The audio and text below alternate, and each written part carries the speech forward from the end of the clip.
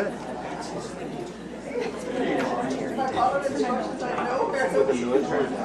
This may be a rebellion.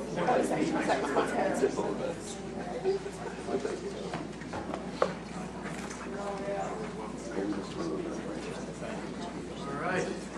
Good morning, everybody. Good morning. What a pleasure to be with you at what feels to us like a full circle moment on some of the best work that has been launched by this department in partnership with so many advocates and so many leaders. Among them, Senator Tammy Duckworth, who has been a leader in making sure in parallel that legislation along with rulemaking delivers results for Americans across the country on every form of transportation where disability policy has mattered, from transit through the ASAP program that she ensured was in the infrastructure law to aviation. We're so glad to have you with us here. So thank you for joining us.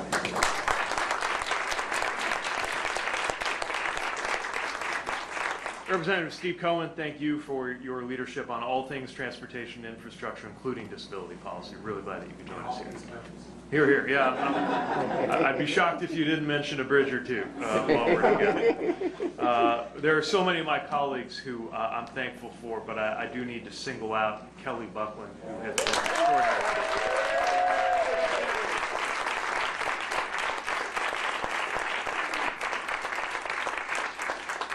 He has been there in so many critical moments in the development, not only of this rule, but of our disability policy, and is just a terrific colleague and has been at the lead of an extraordinary team. So many members of the DOT team who helped draft and finish this rule, to name just some: Chris Miller, Vin Gwynn, Rob Gorman, Jill Optosky, Blaine Werke, and Deborah Aiken. I want to thank them for their work.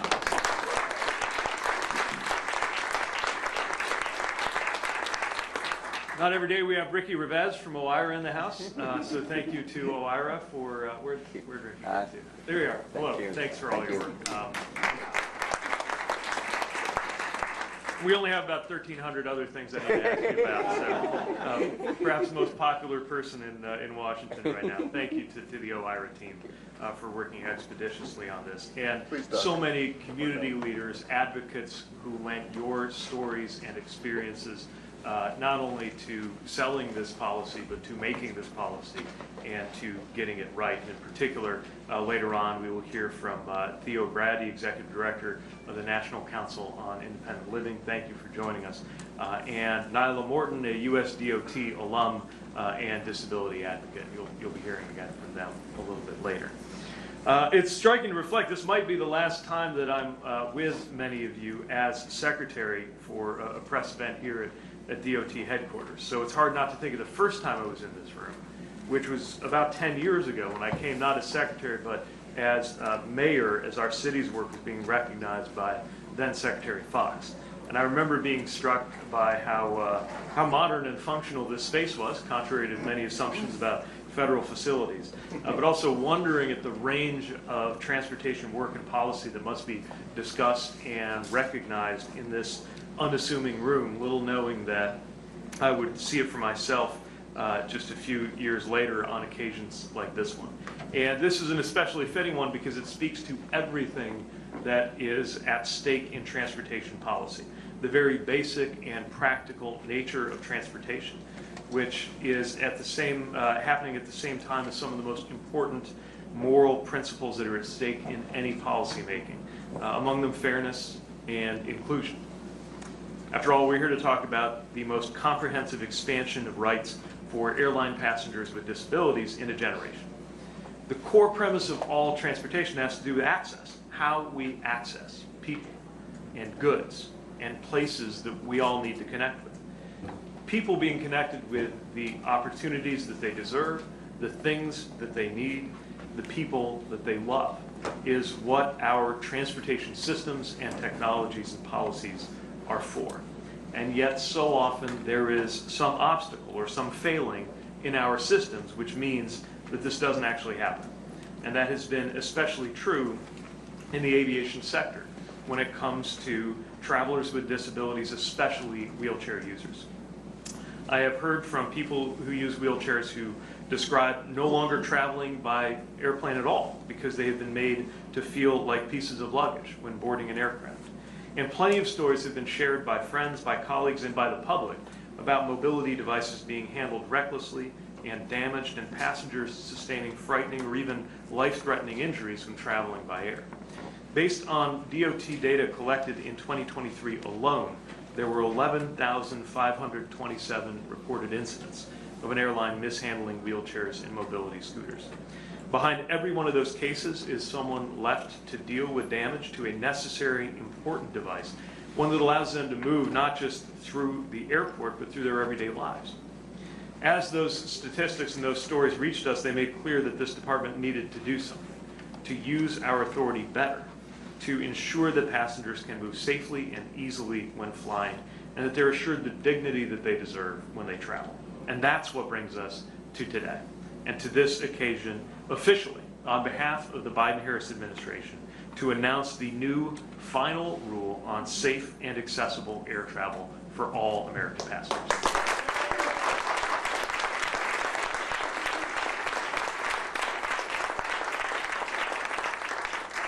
This rule sets out comprehensive standards for prompt, safe, and dignified assistance to passengers with disabilities, especially for those who use wheelchairs. And I want to offer special recognition to the team that made sure that we got this rule done before our term here was finished, because the work you've done on this is truly a life changer. There are a number of guidelines that are spelled out in the rule. I want to touch on just a few right now. For one, airline employees and contractors will now undergo annual training to make sure that they are prepared to safely assist passengers who have mobility, disabilities, and that they can carefully handle passengers' wheelchairs or scooters during a flight. Airlines will be required to provide prompt assistance for passengers with disabilities, like having a wheelchair available near the door when getting off the plane. The rule makes it clear to airlines that all checked wheelchairs and other mobility devices must be returned to a passenger in the same condition as received, and that any damage sustained or delay in returning that equipment will be presumptively considered a violation of the Air Carrier Access Act, which is a move that makes it much easier for our department to hold airlines accountable. In the event that a wheelchair is damaged, the final rules offer passengers the choice of allowing the airline to promptly repair or replace the device and pay the associated cost, or allow the passenger to arrange for their preferred vendor to repair or replace their device, with the airline bearing the responsibility to transport the device and pay the vendor directly. The final rule that we're announcing today builds on actions we have taken over the past 4 years to improve flying for people with disabilities. We issued a landmark $50 million penalty against American Airlines for violations of the laws protecting airline passengers with disabilities, which included instances of unsafe physical assistance that resulted in injuries. We finalized a rule to increase the size and accessibility of airplane bathrooms to better accommodate wheelchairs. We issued the first ever airline passengers with disabilities Bill of Rights to provide a clear reference for passengers with disabilities to know their rights when they travel.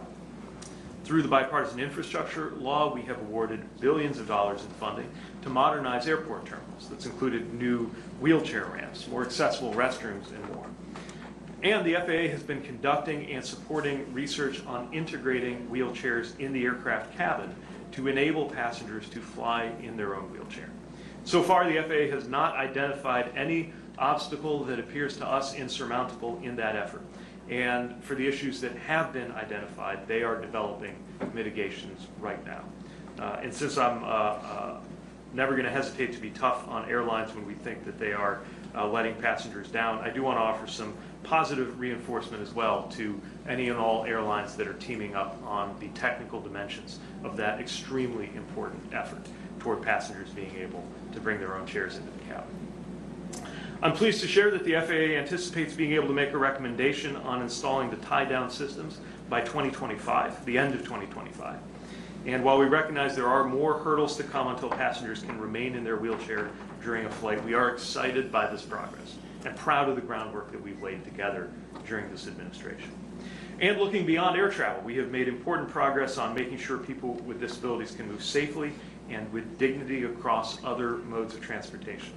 We awarded over $1 billion in projects through that All Stations Accessibility Program, projects that are focused on repairing and modernizing old transit and rail stations across the country to make sure that they're accessible to wheelchair users and disabled Americans. And through the FHWA, we have launched an initiative to help state DOTs better implement ADA transition plans and remove physical barriers to accessibility, also while making sure that data on these plans is better available to the public. Every day for the last 4 years, our intention has been that at the end of our time in service here, we would leave our transportation systems better than we found them. There is always more to be done, and we will be using every day remaining to us in these roles to do as much as we can. But I am confident that we are indeed leaving every part of our transportation system better than we found it, including so many of the results of this work to protect and expand the rights of travelers with disabilities. And I think that Americans will look back on this administration as having brought about and catalyzed fairer transportation systems and made the actual experience of transportation in this country much nearer to the best of its promise. So today is a very good day. I again want to thank all of you who helped to make this rule possible. And with that, I have the great honor of turning it over to my friend and a great leader in transportation and infrastructure and disability policy in this country, Senator Tammy Duckworth.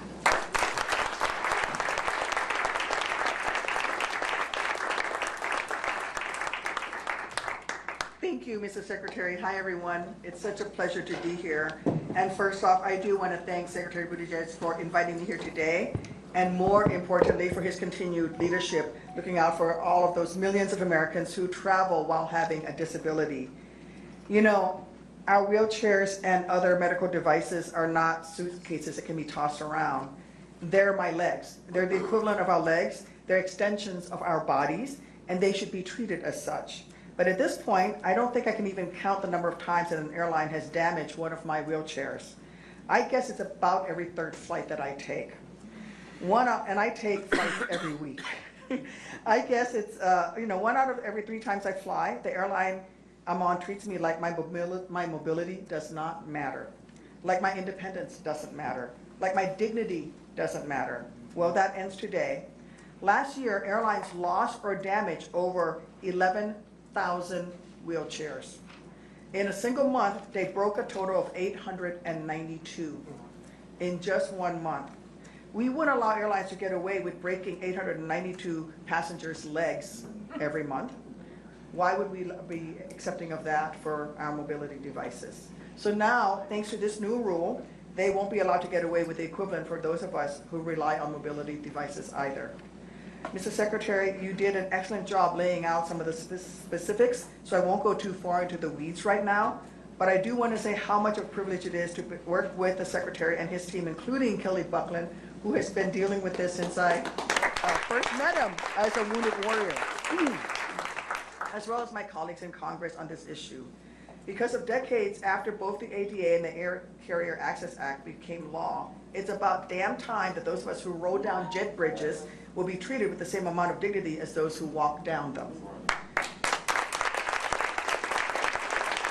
Now, there will be, finally, proper training for the relevant airline staff and proper recourse when something does go wrong.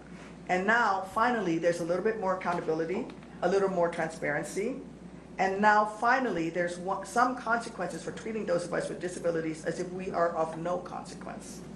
Because the truth is, every American is just one bad day away from gaining a disability. And everyone should hope that you live long enough to need a cane. Our nation's rules and laws should reflect that. They should safeguard every American's civil rights rather than punishing the very people whom our nation has discriminated against for so very long. I'm so glad that today we've come a little closer to doing just so. But listen, the work is not yet over. I know a lot of folks with disabilities who for years have refused to travel by plane because it's just too hard, too traumatic, too likely that something will go wrong.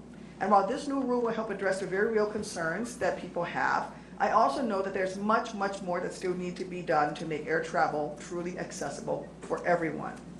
Well, you've got my work that I will never stop doing that work, and I'm so grateful to have Secretary Buttigieg by my side as such a fierce advocate on the front lines. And even as he transitions away from this wonderful position he's in, I'll be calling him for help. Because I don't think he's going to be able to learn away from this. But I also know that he has embraced this issue and has become a nation's leader on this issue. And so I am just grateful to have him as my partner in all of this. And thank you to everyone for being here. Thank you, Mr. Secretary.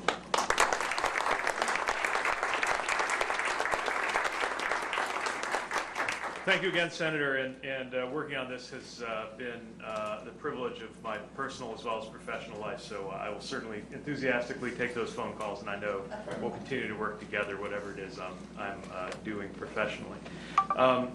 As I said earlier, the voices and the insights and the experiences of travelers have really fashioned not just the case for this rule, but the substance of it, and so I want to make sure there's an opportunity to hear from just two of those voices. Today, one of my colleagues is running a microphone, and first we will hear from Theo Grady, who joined us when we rolled out this proposed rule at the White House, and who we're honored to have with us again here at the USDOT. Yeah. Just going to a little bit.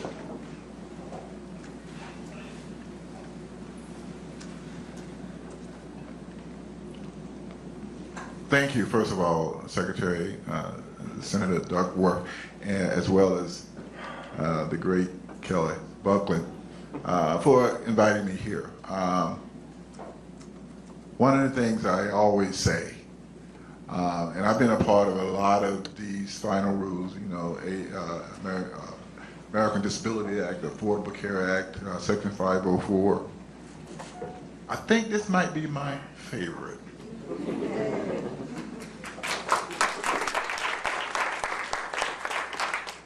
The reason I say that is because history always has a beginning, right?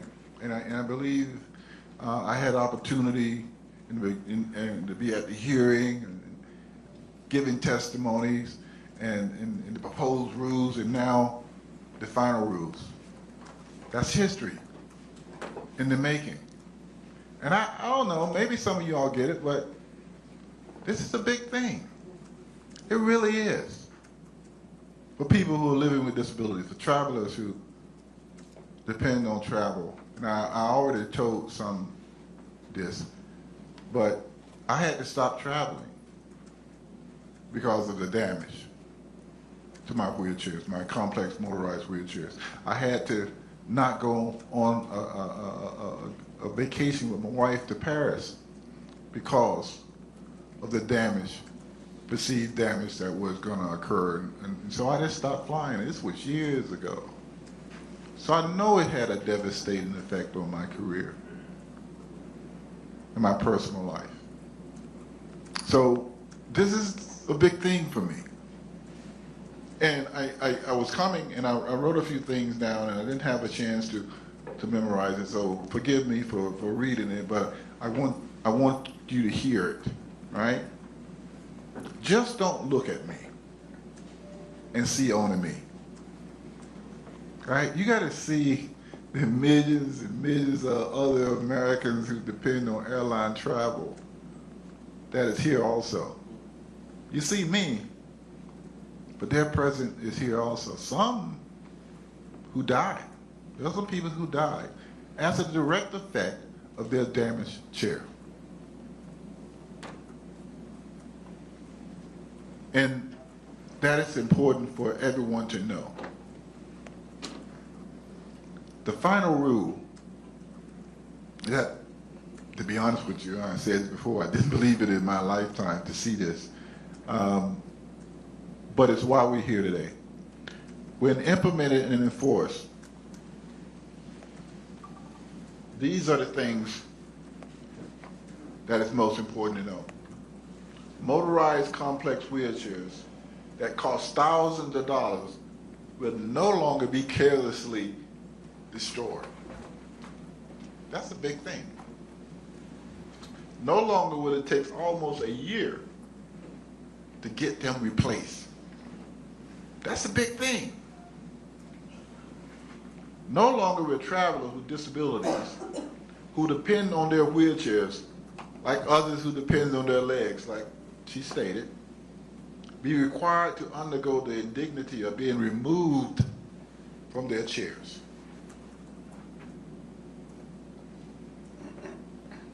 can't begin to say how much of a big thing that is. I almost want to break out in song and say, "Oh, happy days." I really do. Because this is a big thing.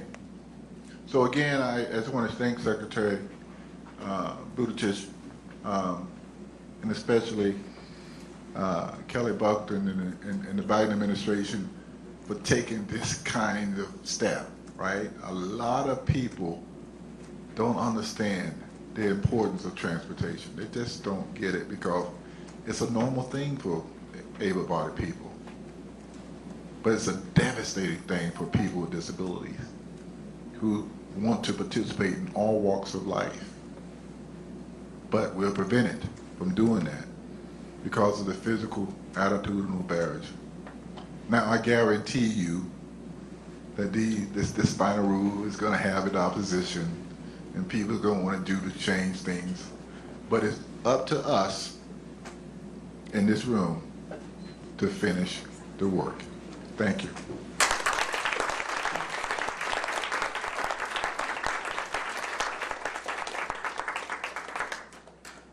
Thanks for that powerful testimony.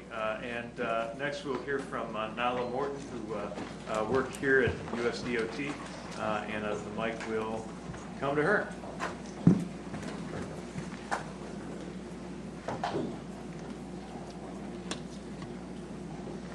Hello, good morning.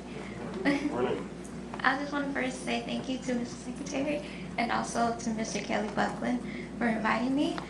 Just to give a little bit of background about myself, I'm Nyla Morton. I'm from South Carolina.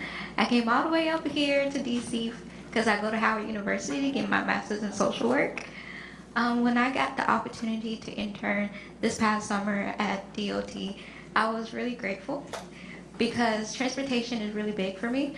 I literally moved from South Carolina because I wanted to have access to accessible transportation so I can be able to live an independent life. This ruling is very significant for me because as a wheelchair user, it can be very scary traveling on airplanes. I don't think people understand that our chairs are our lives. Once my chair is down, I'm not living. And a lot of people don't understand how many people lives are limited or is taken away when their chairs or their mobility aids are being damaged.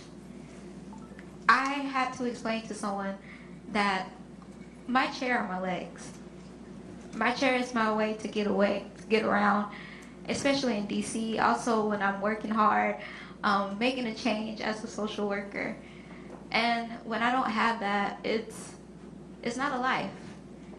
It's way bigger than what people say it's just a chair. You can't just go in Walmart and just pick up a chair. And also I had to explain to someone that our chairs are designed for us specifically. That's why it costs so much. That's why it takes so much time for us to get our chairs. And I also want people to understand is that disability rights are human rights. Our rights are violated when our chairs are being damaged. Our rights are violated when our mobility aids are being damaged. We are people. Disabled people are people. And I'll always fight to make sure, because I'm also a disabled advocate. Every day I'm advocating to make sure people see us and hear us and know that we matter. Our disability isn't something that's bad or is the worst thing in the world. It's just a part of life. As we get older, we all become disabled. But this ruling is very important because now people are going to be able to want to travel now in their wheelchairs. People should be able to travel with their mobility aids without having the constant anxiety of wondering if their chair will be damaged or if their chair will be in one piece. They should be able to relax on an airplane and know that their mobility aid will be in one piece. Nobody should have to sacrifice not going to special events or not being able to see family during the holidays because they're worried about their mobility aid being damaged. So with this ruling, I am happy that we are holding these airlines accountable, and I cannot wait for all the changes that's going to be made in the future. Thank you.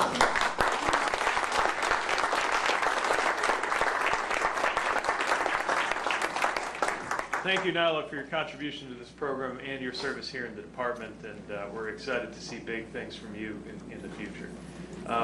As we conclude the program, I just want to recognize and thank everyone again who is part of this. This is why we get into public service, whether it's as a policymaker or an advocate or a participant in public life in any way. The point of politics and policy is to make everyday life a little bit better, and I think we have taken a step together that will make it a lot better for a lot of people. So thank you for your contributions, and the work will go on. Thanks very much. Secretary Buttigieg. We have some time for some pictures with the Secretary and the Senator. Our lovely colleagues from the Office of Public Engagement will help organize a photo line. I'll leave it to Dawn to organize the if you'd like. We really are the most popular man in Washington. Wouldn't you want your picture with the Secretary? Believe me, I'm not. Believe me, I'm not. Yeah.